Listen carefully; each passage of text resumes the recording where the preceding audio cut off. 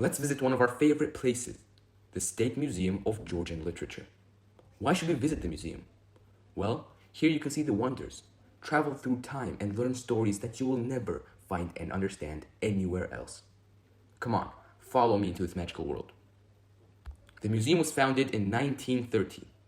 Initially, it was on Tatsminda, and then moved to this building with an ancient and interesting history. There are archives of many famous and less famous writers. More than 100,000 manuscripts, 30,000 photographs, 3,000 paintings, graphics, and sculptures. More than 1,000 memorabilia, 30,000 unique books and magazines, hundreds of videos and audios. The main purpose of the Museum of Literature is to maintain, preserve, and enrich this archive.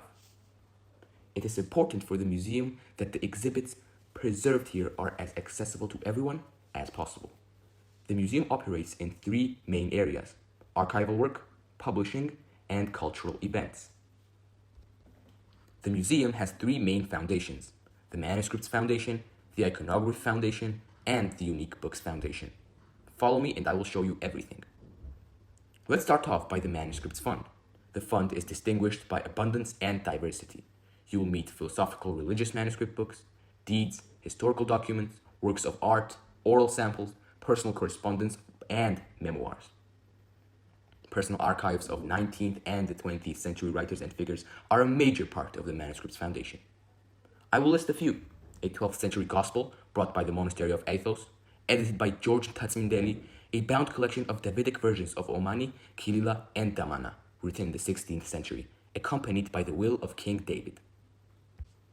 The copyist has left several pages unfilled, on which there are remarkable late inscriptions, both for the history of the manuscript and for the situation in Georgia at that time. Most of the inscriptions are rhymed just like a poem.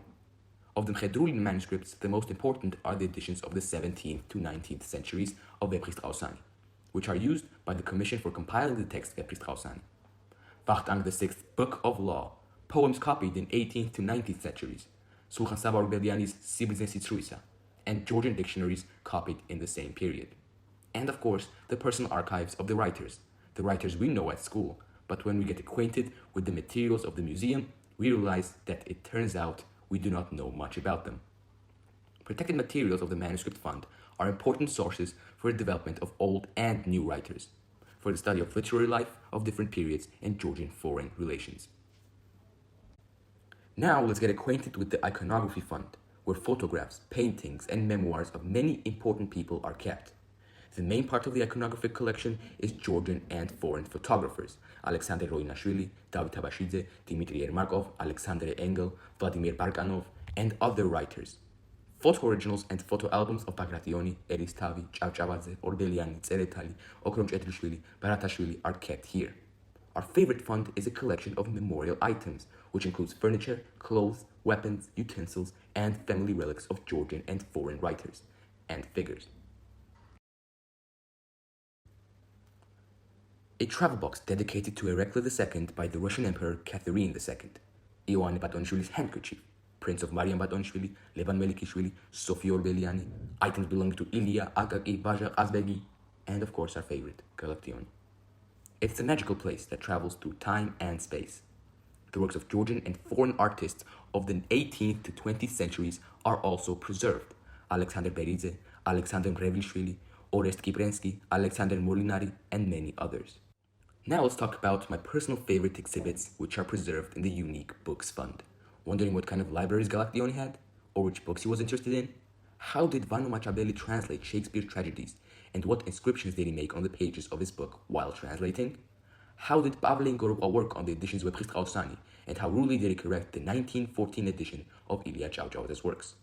They are colored with inscriptions and thus show us how much the censorship has changed the author's style of writing. You will find such interesting and unique exhibits in this fund, which contains bibliographic rarities of the 18th to 19th centuries and the beginning of the 20th century. Ivani Machabeli, Galaktion Tabidze, Shalvat Adiani, Pavle Ingorova, Ilya Zurabishvili, Diomides Kvitinidze, Iza Orjonikidze, Guram Chveulishvili, Georgi Shatberashvili, Akaki Beliashvili, Shiom Khimeli, and Damien Alania's personal libraries. books by Ilya Ჭავჭავაძე, Platon Ioseliani, Akaki Tsereteli, Vazhab Shabela, Ivane Machabeli, Galaktion Tabidze, Pavle Ingoroqua, and much more. Here you will find all editions of Webkhiz Qausani, including the 1712 copy, which was printed at Vachtank Printing House, and its first printed edition of Webkhiz Qausani. Furthermore, this one preserves the first Georgian printed book, the Gospel of 1709. Alongside with the books, you will also find unique publications in foreign languages. Of course, there are also magazines and newspapers. Each of them is unique from their historical point of view and with descriptions or autographs. For us, the Museum of Literature is a place where we can all rest and simultaneously learn new things. Representatives of all generations feel comfortable there. The main thing is to love literature and the museum. When you come to the Museum of Literature with this emotion and mood, you will not miss the magical journey. Have a wonderful trip.